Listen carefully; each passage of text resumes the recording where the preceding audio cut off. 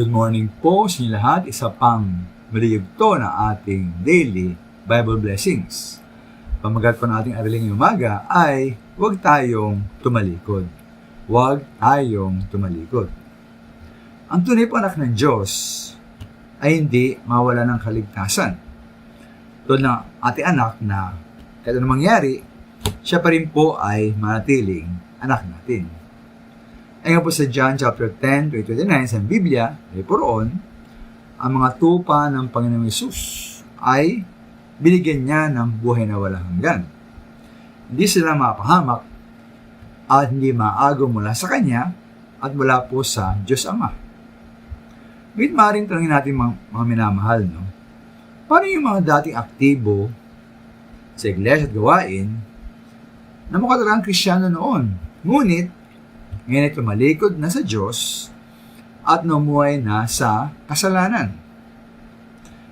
Para sa akin po, ang po dito, sabi sa Hebreo 6:4-6, sabi po roon, sapagkat paano pang magsisisi at manumbalik ang mga tumalikod na sa kanilang panampalataya. Dati naliwanagan na sila, nakalasap ng makalangit na kaloob, at naging kabilang sa mga tumanggap ng Espiritu Santo. Nakalasap na rin sila ng kabutihan ng salita ng Diyos at nakadama ng kapangyarihan ng Diyos na lubusang mahayag sa panahong darating. Kapag sila'y tumalikod, pagkatapos malasap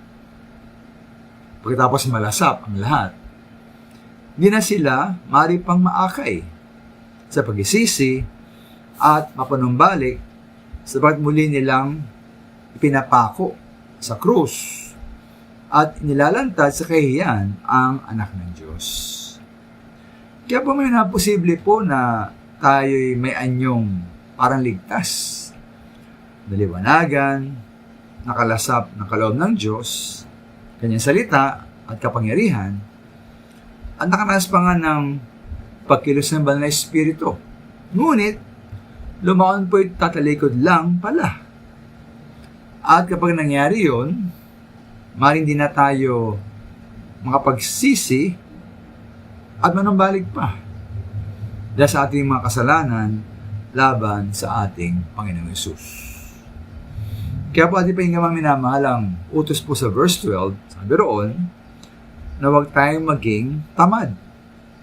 At tularan natin silang nagtitiis at nanalig sa Diyos upang tanggapin natin ang Kanyang pinangako.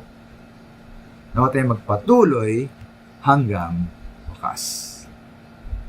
Maraming salamat po.